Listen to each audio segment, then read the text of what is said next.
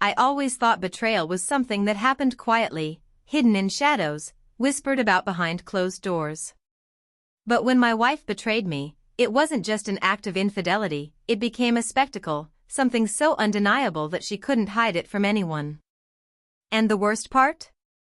She did it with her ex. Sophie and I had been married for 6 years. Our marriage wasn't perfect, but I thought we were solid. She worked as a project manager, I was a software developer. We built a life together, talked about starting a family, and I truly believed she was happy. Maybe that's why the signs slipped past me at first, the late nights, the secretive texts, the sudden interest in catching up with old friends. When I asked who, she always smiled and said, just girlfriends from uni, nothing serious. But suspicion has a way of digging into you. A friend of mine saw her in town one night, not with girlfriends, but with a man. He described him, and my stomach twisted. Tall, dark hair, a tattoo on his forearm. I knew who it was immediately, Alex, her ex-boyfriend. The man she had sworn was ancient history. Instead of exploding, I decided to watch. I'd installed security cameras around the house for safety, but recently added a discreet one inside, facing the living room. Sophie didn't know about it. It wasn't that I didn't trust her back then, it was because we had break-ins in our neighborhood. Ironically, that hidden camera became my salvation. One Friday night, Sophie claimed she was going to a work dinner. She dressed up more than usual, red dress, heels, perfume she hadn't worn in years. I kissed her goodbye, pretending everything was fine. But I didn't go out. I parked my car a street away and came back through the back door. Quietly, I set up in my home office, where the live camera feed was open on my monitor. An hour later, she walked in. Not alone. Alex followed, grinning, his hand already low on her back. My hands clenched into fists as I watched. They didn't talk much, just kissed, passionately, like they'd been starving for it. On our couch. In our home. She laughed as he whispered something, then led him toward the bedroom. I wanted to storm out and end it right there, but something inside me stopped. Maybe it was rage, maybe it was cold clarity. I let the camera record everything. Every kiss. Every betrayal. Every moment that burned away the last bit of love I had for her. The next morning, Sophie came home all smiles, pretending she had been out late with colleagues.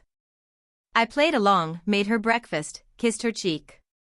She had no idea I already had the truth saved on my computer. I didn't confront her immediately. Instead, I prepared.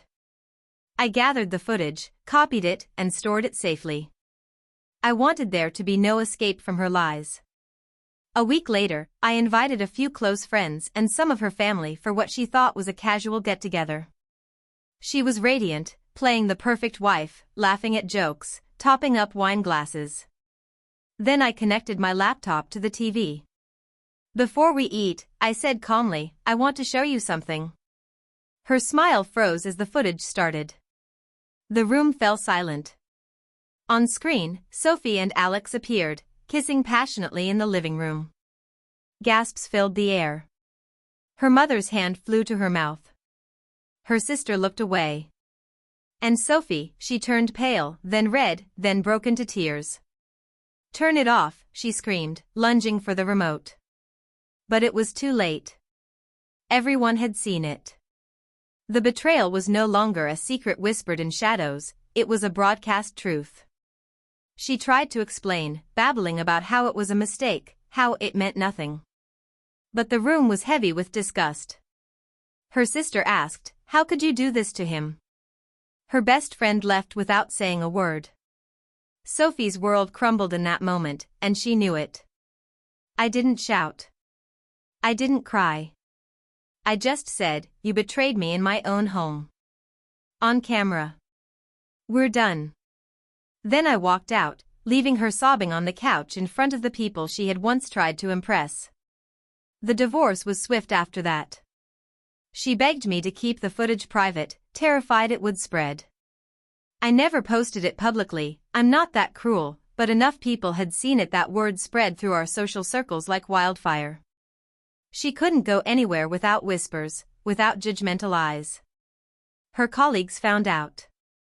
Alex ghosted her completely once he realized the fallout. And Sophie? She became a ghost of herself, avoided by friends, shunned by family gatherings, too ashamed to show her face in public spaces we once shared. For me, the pain was real, but so was the closure. Betrayal has a way of hollowing you out, but it also forces you to see the truth clearly. I realized Sophie had never left her past behind, she had just hidden it until it destroyed us. Do I regret exposing her so publicly? No.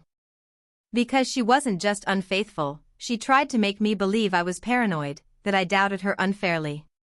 She would have kept lying if I hadn't caught her. The camera didn't just capture her betrayal, it captured her mask slipping away. Now, whenever I pass people who once knew us as the perfect couple, I don't feel shame. I feel relief. Because I didn't lose a wife that night, I lost an illusion.